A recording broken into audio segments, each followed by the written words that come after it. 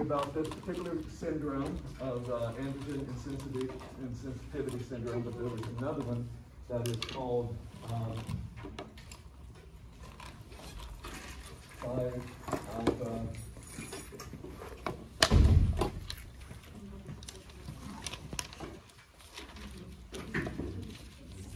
Okay, 5-alpha reductase deficiency.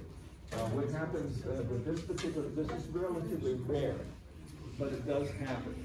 There is a village in Haiti where, because they're all closely related to each other by ancestry, they have a lot of cases there, but it also shows up somewhere else.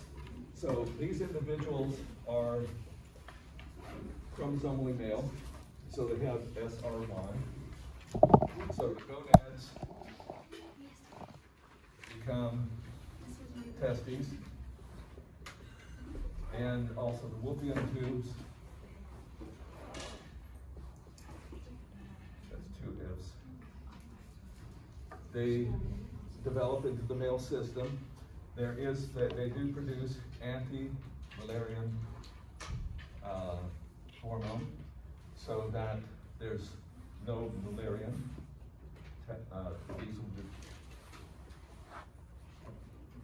Those will degrade. But what this enzyme does, this is an enzyme. And what is happening here, this is an enzyme that's important for testosterone to be converted into dihydrotestosterone. Okay, now dihydrotestosterone is important for the external genitalia to become male. Okay, so this is where the problem is. So they produce testosterone, but there's no enzyme to convert it into, or very little, to convert it into dihydrotestosterone. And therefore, they have their internal tracts all male. The gonads, testes, male, and they have prostate gland, etc., etc. But their external genitalia are female. Their external genitalia are female, or they're ambiguous. Okay, it really depends. So they are first of all treated, or in many cases, they're first of all treated as female. They're raised as female, but when puberty comes, during puberty, these hormones increase. And all of a sudden, there's enough of this testosterone that's produced that they're producing sufficient amounts of DHT that their external genitalia that look female start to develop as male. And so they become, the clitoris, the blue believed was the clitoris, will develop into a penis, and the labia will develop into a scrotum, and the testes do descend, okay? And they do deepen voice and start developing as a male. Now it's very, very rare, but as I said, there are enough cases around for this to be understood. All right, and so that's just one other case where initially some of the genetic sex does not match the phenotypic sex, okay? At least early on in life.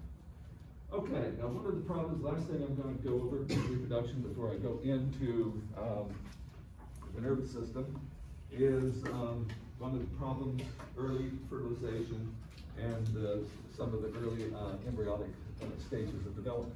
We looked already at some of these with the sea urchin yesterday. And most of this is based on, most of what we know is based on studies of sea urchins, because we can observe them right into a petri dish on a microscope slide. Now, one of the problems is that there's one ovum that needs to be fertilized, but usually there are thousands and thousands of sperm cells that converge on it. Now, the ovum is producing chemicals that attract sperm to it. And so sperm will be coming. And one of the major problems here is something called polysperm. There really should be only one sperm cell only that fertilizes the egg. If we have 2 or more sperm cells fertilizing it, then that's polyspermy, and it's viable in animals because the developmental program would be so disrupted because it's not diploid, it gets triploid or tetraploid or something like that, and it doesn't work. And so they're animals who've evolved ways. This is also true of human, during human fertilization, rapid events that prevent polysperm, okay?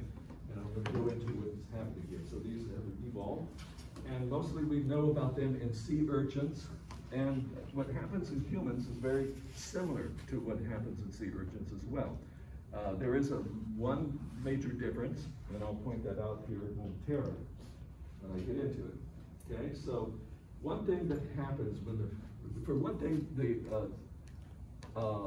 egg is surrounded by a jelly layer, okay, on the outside. This is also true in humans, but this jelly layer in sea urchins is called a vitellin layer. And it consists of, proteins and complex carbohydrates, glycoproteins primarily, glycoproteins. In humans, it's an area called the zona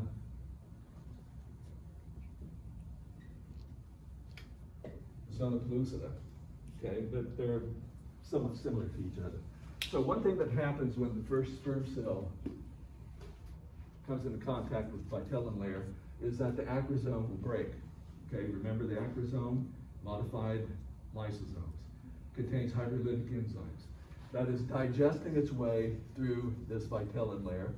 On the plasma membrane, actually, this is a jelly layer and a vitellin layer, sorry about that. Let's revise that.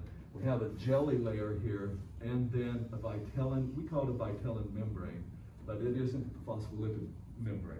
Okay, it's proteins and glycoproteins. And then there's a plasma membrane.